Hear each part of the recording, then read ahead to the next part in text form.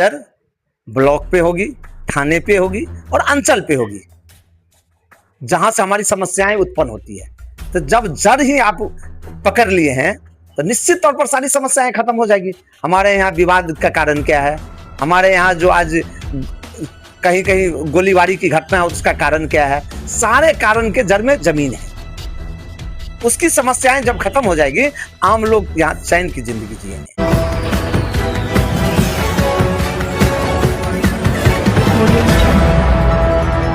नमस्कार, बिहार मिथिला न्यूज में आपका स्वागत है। मैं मनोज।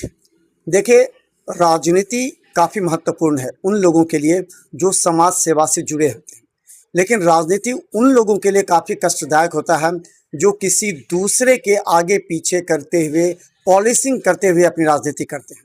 वैसे लोगों को दुख भी होता है और बाद में उन्हें पछताना भी पड़ता है, लेकिन जो लोग राजनीति में आगे बढ़ते जाते हैं अपने कार्य क्षेत्र में, अपने समाज सेवा के जरिए, उनका प्रगति भी रहता है, लोगों में पूछ भी होता है।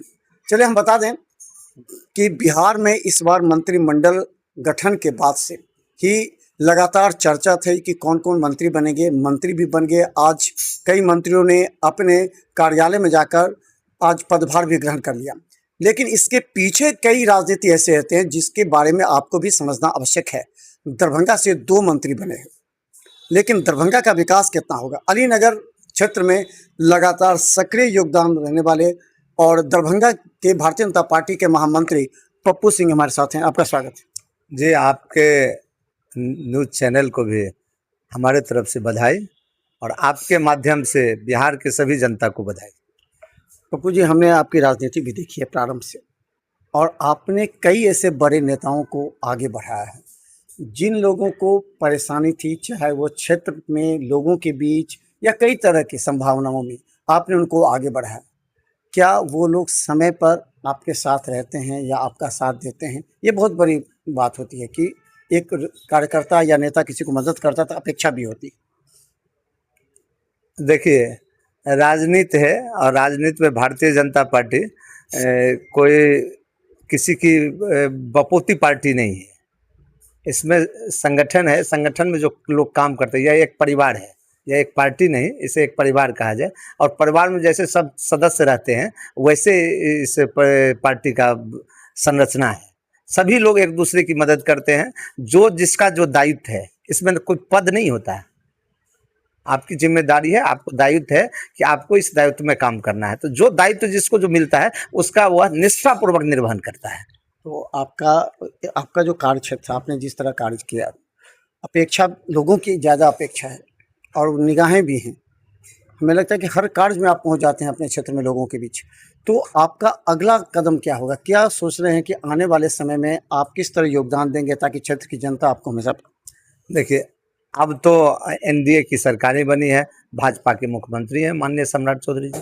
और कल आपने जो देखा, बिहार का जो मंत्रिमंडल का जो विस्तार हुआ, ऐसा सभी वर्गों के लोगों का समायोजन किया गया। देश के माननीय प्रधानमंत्री, दुनिया के सबसे बड़े लीडर इस मंच से आए और देश के यशस्वी गृह मंत्री और हमारे राष्ट्रीय अध्यक्ष, तेज तरार युवा, जो कोई पार्टी सोच भी नहीं सकता कि एक भारतीय जनता पार्टी का नीचे तबके का आदमी राष्ट्रीय अध्यक्ष भी हो सकता है। ऐसे तेज तरार युवा मृदुभाषी हम लोगों के राष्ट्रीय अध्यक्ष आकर के बिहार में मंत्रिमंडल का संरचना तैयार किए, सभी वर्गों को प्रतिनिधित्व दिए। इससे आम आवाम बिहार की जनता खुश है। बिहार की जनता के साथ जो कमिटमेंट है सरकार का, उस कमिटमेंट पे हमारी सरकार खरी भी उतरेगी। अच्छा, कहा जा रहा है कि सम्राट चौधरी जो योगी के शक्ल में दिखाई देते हैं, उनका भी बुलडोजर की बात है।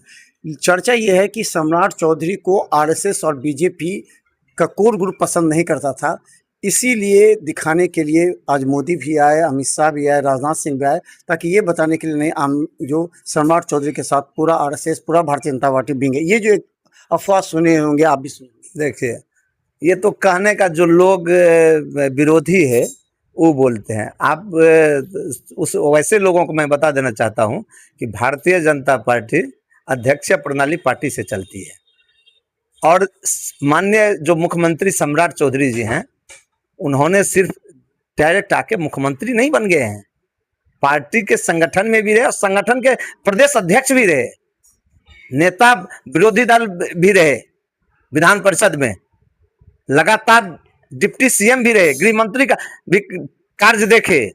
ऐसा नहीं कि माने कहीं से टपक के आ गए हैं। अपनी कार्य कुशलता, अपनी क्षमता, कार्य क्षमता से पार्टी के जो आला कमान, जो हमारी पार्टी का जो सिस्टम है, वह सिस्टम ने तय किया कि बिहार में सम्राट चौधरी मुख्यमंत्री होंगे। क्या अपेक्षा है उनसे, किस तरह का गवर्निंग रहेगा, किस तरह की सब प्रशासनिक व्यवस्था रहेगी? लोग जो आपको प्रखंड स्तर पर अंचल में जिस तरह का भ्रष्टाचार है, जिस तरह उनका कि सहयोग शिविर लगेगा, आपके भी विधानसभा क्षेत्र में ब्लॉक में लगेगा सहयोग शिविर लोगों की समस्या के लिए, तो क्या अपेक्षा है आप लोग? देखिए, हमारी अपेक्षाएं, सरकार भी चाहती है गुड गवर्नेंस की। जब ये उन्होंने मुख्यमंत्री बने, तत्क्षण कहा कि हमारी नज़र ब्लॉक पे होगी, थाने पे होगी और अंचल पे होगी, जहां से हमारी समस्याएं उत्पन्न होती है। तो जब जड़ ही आप पकड़ लिए हैं, तो निश्चित तौर पर सारी समस्याएं खत्म हो जाएगी। हमारे यहाँ विवाद का कारण क्या है, हमारे यहाँ जो आज कहीं कहीं गोलीबारी की घटना है, उसका कारण क्या है? सारे कारण के जड़ में जमीन है। उसकी समस्याएं जब खत्म हो जाएगी, आम लोग यहाँ चैन की जिंदगी जिएंगे। अलीनगर विधानसभा में खासकर लोगों की अपेक्षा थी कि जो पप्पू जी हैं एक कॉल पर चले आते हैं, तो क्या लगता है कि अभी अलीनगर में आपको 3-4 महीना तो हो गए लगभग, क्या क्या कार्य हुए, क्या क्या विकास के काम है? जनता से जो आपने कमिटमेंट किया था और मैथिली ठाकुर जीती थी, तो आप अपने कमिटमेंट कितना खरा उतरे हैं और कितनी जनता की समस्या? देखिए, हमारी माननीय विधायिका जी हैं, और वह जब से विधायक बनी है, जैसे लोग कहते थे कि आई हैं, क्षेत्र में नहीं रहती हैं, चली जाएगी, आएंगी नहीं, ऐसा नहीं। लगभग प्रत्येक सप्ताह जाने का काम करती है, और वहाँ एक घर भी बनाने का सोच रही है, घर भी बना रही है, और अपने क्षेत्र के विकास के लिए समर्पित भी रहती है। हम लोग ने जो कमिटमेंट किया था मुख्य, वहाँ था एक डिग्री कॉलेज की मांग थी। आप देखे होंगे परसों तरसों ही उस डिग्री कॉलेज का पढ़ाई के लिए डीएम गए थे, डीओ गए थे। तारडी, हाँ, घनश्यामपुर ब्लॉक में है ही डिग्री कॉलेज, तारडी और अलीनगर में नहीं था। बहुत दिनों से मांग थी, उस मांग को हमारी सरकारें ने पूरा की, और हमारी सरकारें कही थी, जब हमारे माननीय मुख्यमंत्री जब वित्त मंत्री थे, उन्होंने कहा था चुनाव से पूर्व अगली सरकारें हमारी रोजगार की सरकारें। आप देखें कि फर्स्ट कैबिनेट हुआ चुनाव जीतने के बाद, तो हुआ कि 25 चीनी मिल चालू होगी, जो 9 पुरानी चीनी मिल बंद है, और 16 नए चीनी मिल लगेंगे बिहार में। तो जब उद्योग लगेंगे तो निश्चित तौर पर बिहार विकास करेगा, और बिहार से पलायन रुकेगा, तो बिहार तरक्की करेगा, तो देश तरक्की करेगा। और माननीय मोदी जी का जो सपना है 2047 विकसित भारत का, वह विकसित भारत सपना पूरा होगा। बात तो देखते रहे बिहार में न्यूज़, क्योंकि नए मंत्रिमंडल गठन के बाद से चर्चा का बाजार दरभंगा में भी गर्म है। हम आपको लगातार वहां दिखाएंगे कि रामचंद्र प्रसाद आखिर कैसे बन गए मंत्री। धन्यवाद।